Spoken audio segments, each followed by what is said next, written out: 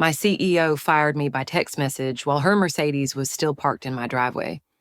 Camila Rodriguez stared at her phone, the blue glow illuminating her face in the pre-dawn darkness of Miami Beach as the message arrived at 5:43 a.m. on a Thursday. Camilla, due to ongoing restructuring, your position as Chief Marketing Officer is being eliminated effective immediately. HR will contact you regarding exit procedures.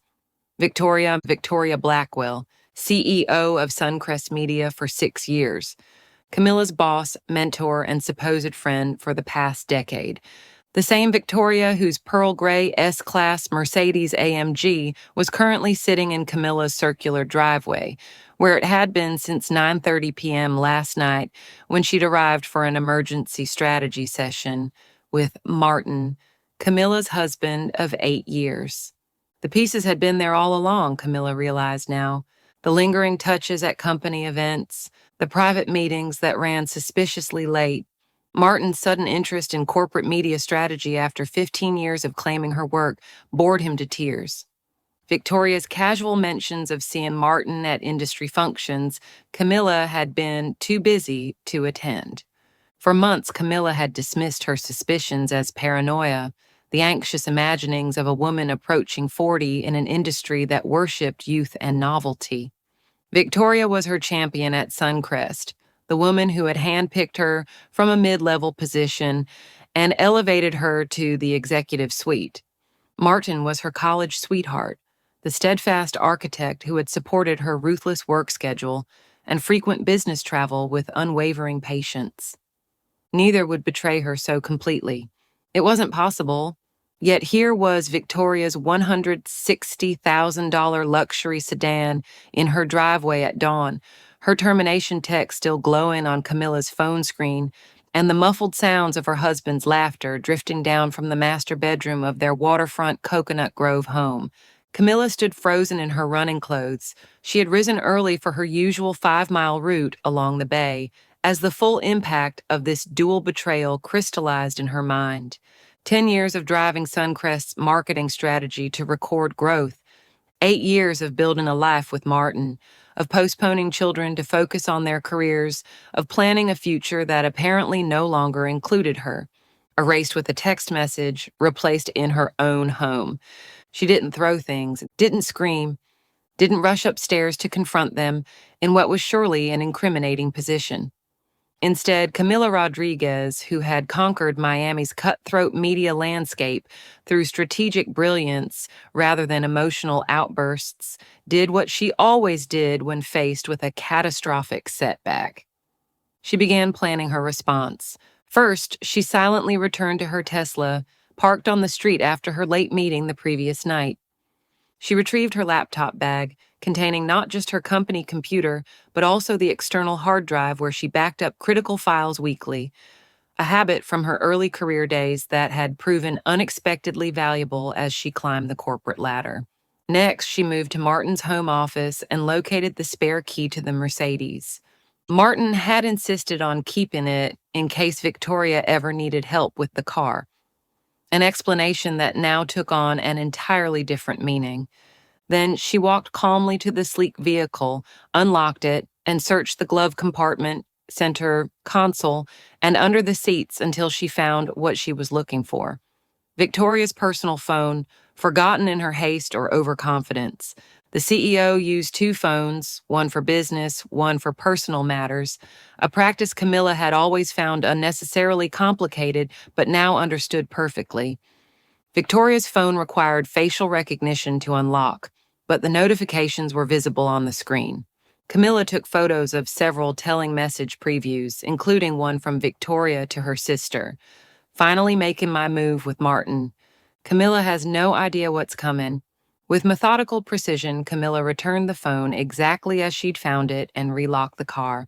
Then she went to her home gym in the pool house, the one room in the house soundproofed enough for privacy, and called her cousin Alejandro, a partner at Miami's most aggressive employment law firm.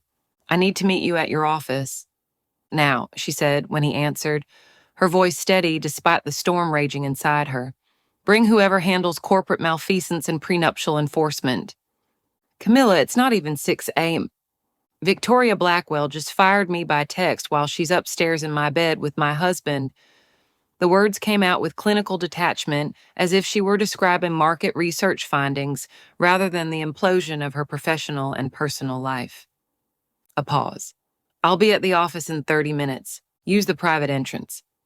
As she ended the call, Camilla caught her reflection in the gym mirrors, her tailored running outfit, her dark hair pulled back in a sleek ponytail, her expression composed despite everything crashing down around her. Not a single tear, not yet.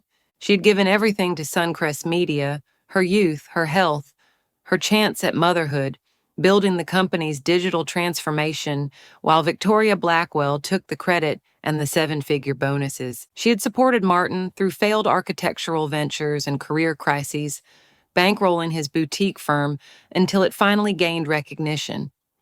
Now they had conspired to discard her, presumably assuming her termination would leave her too devastated to fight back effectively. Another woman might have crumpled under the double betrayal. They had gravely miscalculated. Camilla grabbed her keys and walked out the front door without looking back, leaving the architect and the CEO to their morning afterglow. Let them enjoy it. Their satisfaction would be short-lived. Because while Victoria Blackwell might currently be Miami's most powerful female CEO, she was about to learn what happened when you underestimated Camilla Rodriguez.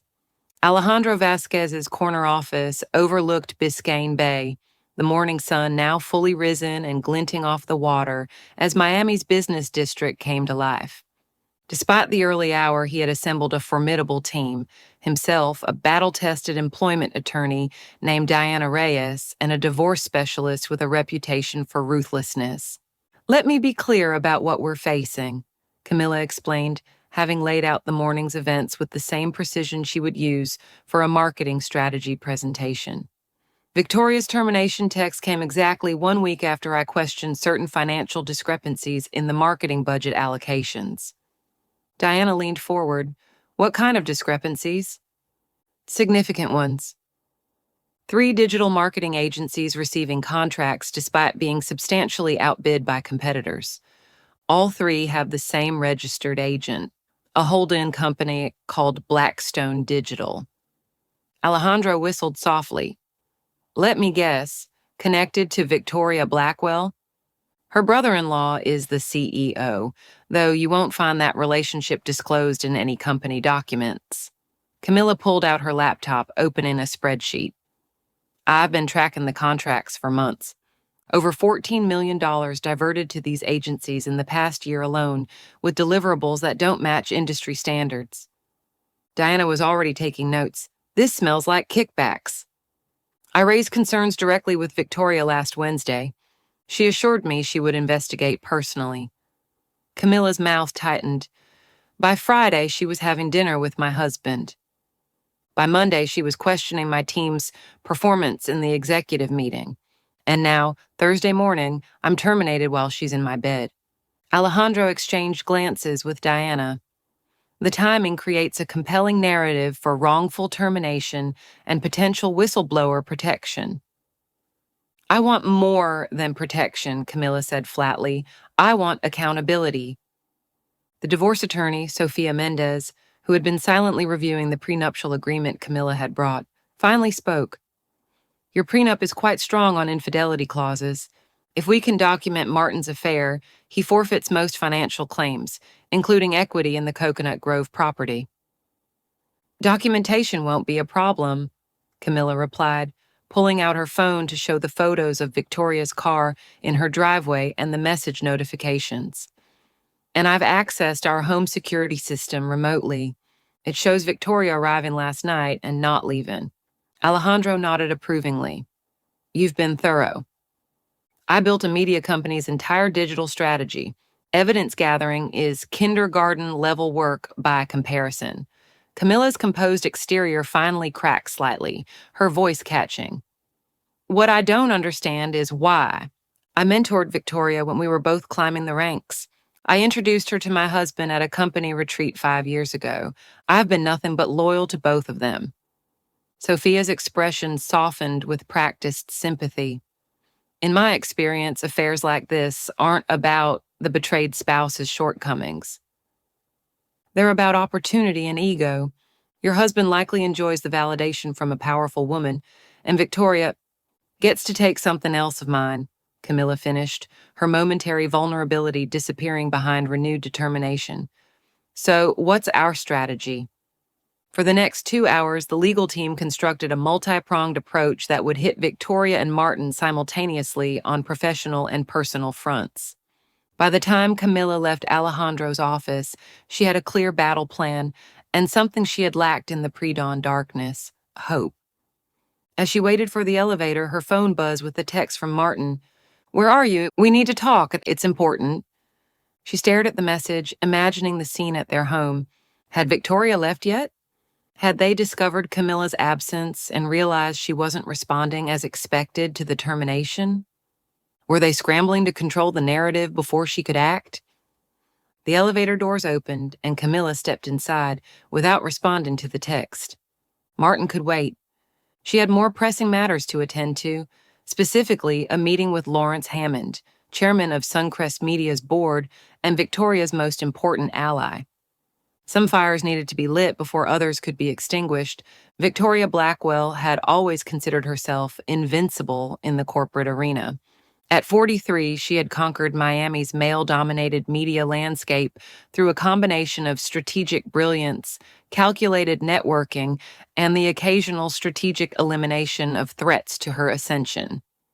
Camilla Rodriguez had been both asset and obstacle, a marketing genius whose digital transformation had catapulted Suncrest's revenues, but also the one executive whose talents potentially outshone Victoria's own. Neutralizing her had been necessary, seducing her husband had been supplementary entertainment. But as Victoria sat in her corner office that afternoon, watching her carefully constructed world begin to unravel, she realized she had made a catastrophic miscalculation.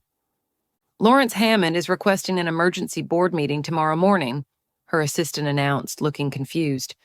"Something about financial irregularities and marketing contracts." Victoria's blood ran cold. Did he provide any details? No, but he's currently in a meeting with Camilla Rodriguez. The coffee cup in Victoria's hand froze halfway to her lips. Camilla's meeting with Lawrence? How is that possible? The assistant blinked, clearly surprised by her boss's reaction. "I'm not sure." "His office called to inform you of the meeting about 20 minutes ago. I sent a notification to your personal phone." Her personal phone, the one she'd been searching for all morning, the one she had last remembered having in Martin's, in Camilla's, house. "Get me Lawrence on the phone, now," Victoria ordered, already calculating damage control strategies. How much did Camilla know about the marketing contracts? How much had she told Lawrence? And most crucially, how had she managed to secure a meeting with the notoriously inaccessible chairman mere hours after her termination? The phone rang unanswered. Lawrence's assistant apologetically informed Victoria that he was unavailable for the remainder of the day. Translation: he was avoiding her deliberately.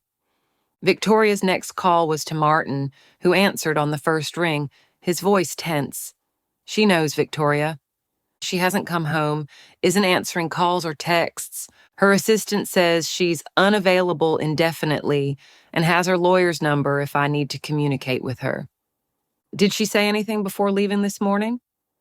See anything?" Victoria's mind raced to the potentially incriminating evidence: her car in the driveway, her personal phone possibly containing compromising messages. "I don't know. We were asleep when she left." Martin sounded panicked. "What do we do?"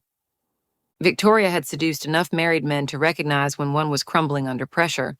Martin had seemed like the perfect diversion: handsome, accomplished, conveniently married to her most dangerous competitor within the company.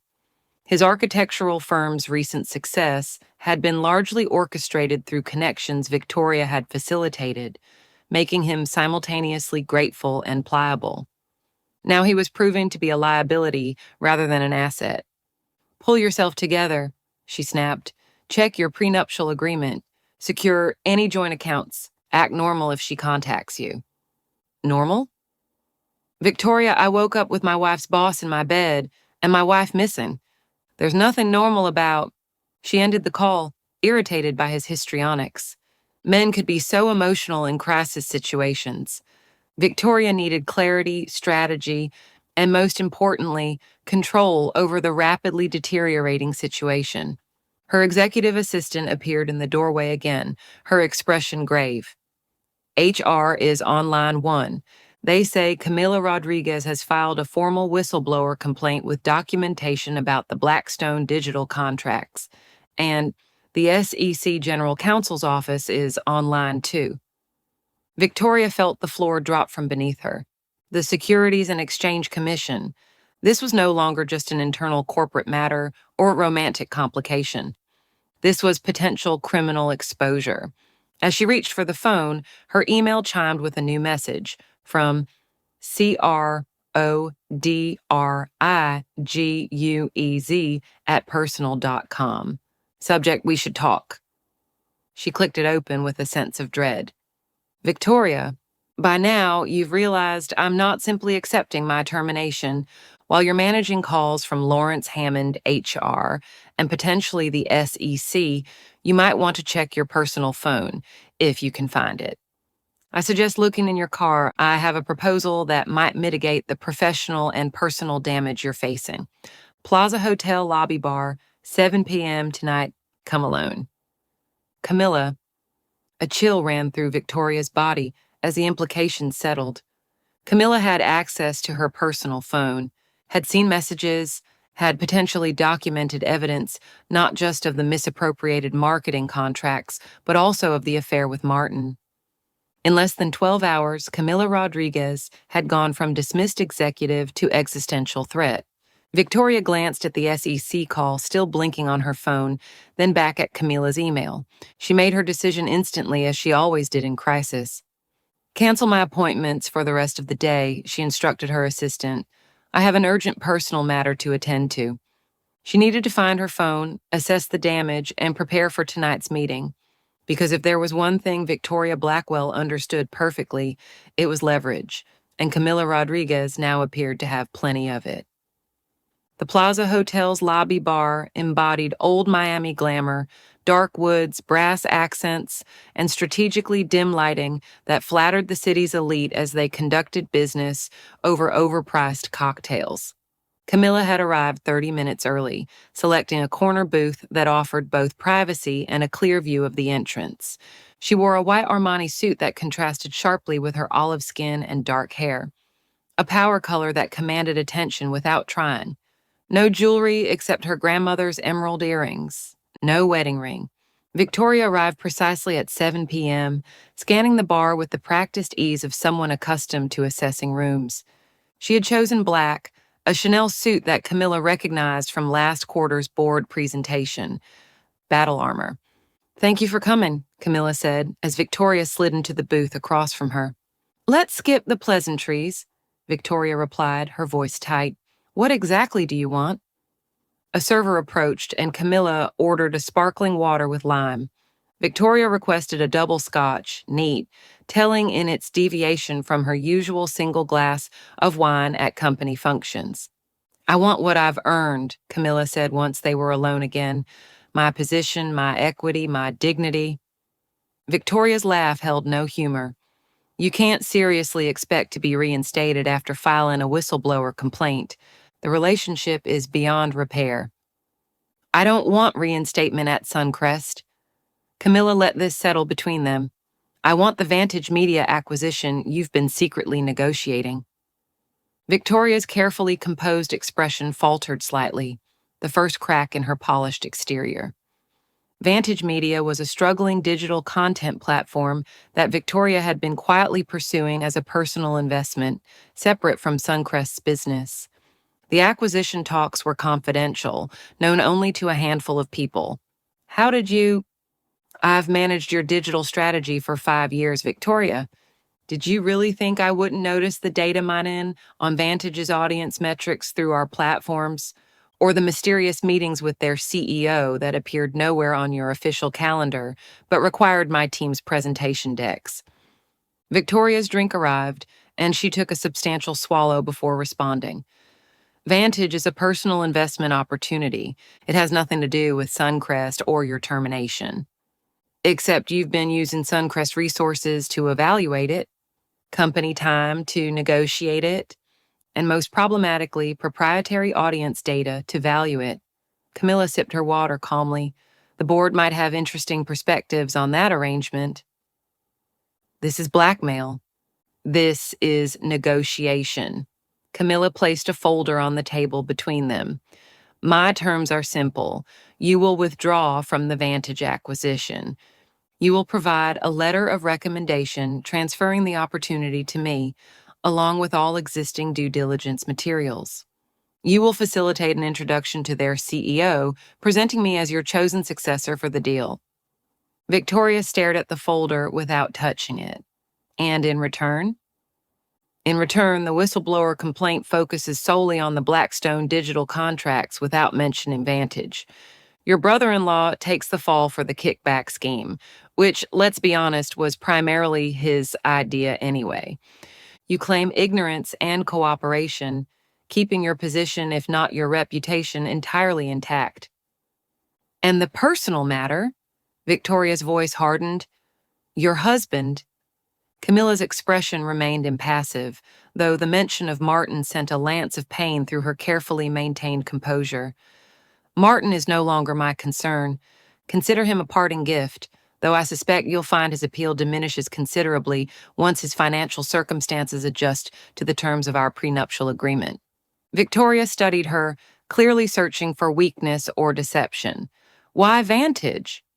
It's a risky acquisition at best. The platform needs significant capital investment and restructuring, because I see its potential more clearly than you do. For the first time, Camilla allowed genuine passion to color her voice. Vantage isn't just another content platform, it's the foundation for a new kind of media ecosystem that traditional companies like Suncrest are too hierarchical to properly develop. Understanding dawned in Victoria's eyes. You've been planning your own venture. For longer than you've been planning to replace me, Camilla confirmed. The difference is my plans didn't involve betraying someone who trusted me. The weight of the situation settled between them, two ambitious women who had once been allies, now negotiating the terms of their professional divorce amid the wreckage of personal betrayal. Victoria drained her scotch, decision visibly forming behind her calculating eyes. I want written confirmation that all evidence regarding my personal relationship with Martin remains private, permanently. Agreed. With one condition, you never contact either of us again, professionally or personally. Done. Victoria reached for the folder, opening it to review the detailed terms Camilla and her legal team had prepared. You've thought of everything. I learned from watching you, Camilla replied, the words both compliment and indictment. As Victoria signed the various documents, a text message appeared on Camilla's phone. From Martin. Please come home. We need to talk. I can explain everything. She turned the phone face down without responding, focusing instead on watching her former mentor and would-be destroyer sign away the very opportunity that would become Camilla's salvation. Victoria paused on the final page, pen hovering above the signature line. You know, in another circumstance, I might have actually respected this power play. In another circumstance, Camilla replied evenly, I might have respected you. The words hung between them, acknowledgement of a professional relationship that had once held genuine admiration before ambition and betrayal poisoned it irreparably. Victoria signed the last document and stood, straightening her impeccable suit. What will you tell people? About leaving Suncrest? That it was time for a new challenge, Camilla said simply. The truth requires no elaboration. With a final appraising look, part grudging respect, part lingering animosity, Victoria walked away, her Louboutins clicking against the marble floor as she disappeared into the Miami evening. Camilla remained at the table, allowing herself a moment to absorb what had just transpired. In 12 hours, she had lost a career and a marriage, then reclaimed her future on entirely new terms. The path ahead would be challenging, rebuilding professionally, healing personally. But for the first time since seeing that Mercedes in her driveway at dawn, she felt something close to calm. Her phone buzzed again with Martin's name on the screen. This time, she picked it up. "Hello, Martin," she answered, her voice steady. "Camilla, thank God. Where are you? We need to talk about what happened." "No," she interrupted, surprising herself with the finality in her tone. "We don't. My lawyer will contact you tomorrow regarding the divorce proceedings. The prenuptial agreement's infidelity clause has been triggered, as I'm sure you're aware." "Camilla, please, it wasn't what you think. Victoria manipulated." "Stop." The single word, delivered without emotion, silenced him instantly. "I'm not interested in explanations or excuses. I'm moving forward, Martin. Without you, without Victoria, without Suncrest." After a moment of shocked silence, his voice returned, smaller than before. "Where will you go?" Camilla gazed out the bar's window at the Miami skyline, the familiar buildings illuminated against the darkening sky. The city where she had arrived 15 years earlier with nothing but ambition and determination. The city that had given her success and then taken it away. The city where she would now reinvent herself once again. "Forward," she said simply, and ended the call. 3 months later, Camilla stood in the gutted interior of what would soon be Vantage Media's new headquarters in Wynwood, Miami's vibrant arts district. Construction crews moved purposefully around her, transforming the former warehouse into a modern media hub based on the architectural plans she had approved. Not Martin's plans. He had offered his services at a discounted rate through his lawyer, a transparent attempt to maintain some connection to her. She had declined, instead hiring a promising young female architect whose innovative vision aligned perfectly with Vantage's rebrand. "The central collaborative space is taking shape nicely," observed Elena Suarez, Vantage's former operations director and now Camilla's partner in the company's rebirth. "Much better than those claustrophobic offices everyone had before." Camilla nodded, envisioning the completed space filled with the team she was carefully assembling. Talented individuals selected not just for their skills, but for their integrity and collaborative mindset. No more cutthroat corporate culture, no more isolated power structures that enabled abuse. Her phone buzzed with an email notification from her lawyer. The divorce was final. After months of Martin's attempts to contest the prenuptial agreement's terms, all unsuccessful, the matter was officially closed. The Coconut Grove house had sold for substantially above asking price in Miami's hot real estate market, with the proceeds primarily benefiting Camilla per their agreement's infidelity clause. She had used her portion to fund Vantage's transformation, converting her personal loss into professional opportunity with a poetic justice that wasn't lost on Miami's business community. "Have you seen this?" Elena asked, showing Camilla her tablet with a breaking news headline. "Suncrest Media CEO Victoria Blackwell steps down amid financial investigation." Camilla scanned the article quickly. The Blackstone digital scandal had finally erupted publicly, with the SEC investigation revealing kickbacks that reached higher into the organization than initially reported. Victoria had managed to avoid criminal charges by cooperating with authorities, but her resignation was effective immediately. "Karma arrives on her own schedule," Elena remarked. "So does strategy," Camilla replied, thinking of the carefully timed information releases her legal team had orchestrated over the past months, ensuring Victoria's eventual downfall without Camilla's fingerprints appearing anywhere near it. Her phone rang. Alejandro, likely calling about the divorce finalization. "Congratulations," he said when she answered. "You are officially unmarried." "Thank you for handling everything so efficiently." "One small update you should know," he continued. "Martin and Victoria are no longer together. Apparently, he's moved to Chicago for a fresh start after failing to secure new clients here in Miami." Camilla absorbed this information with mild surprise. Not at the relationship's failure, that had been inevitable once the power dynamic shifted, but at her own reaction to it. She felt nothing, no satisfaction, no lingering hurt, just acknowledgement of a fact that no longer held any relevance to her life. "Noted," she replied simply.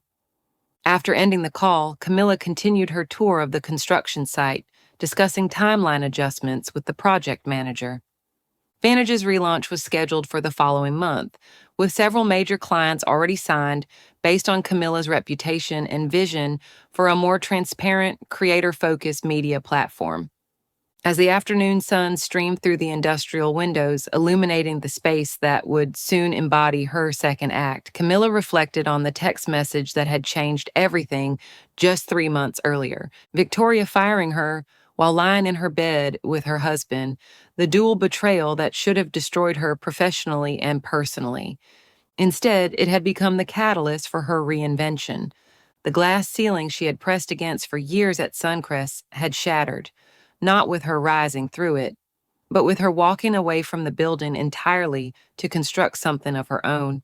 That evening, Camilla hosted a small dinner at her new Brickell apartment for the core team that would lead Vantage's renaissance.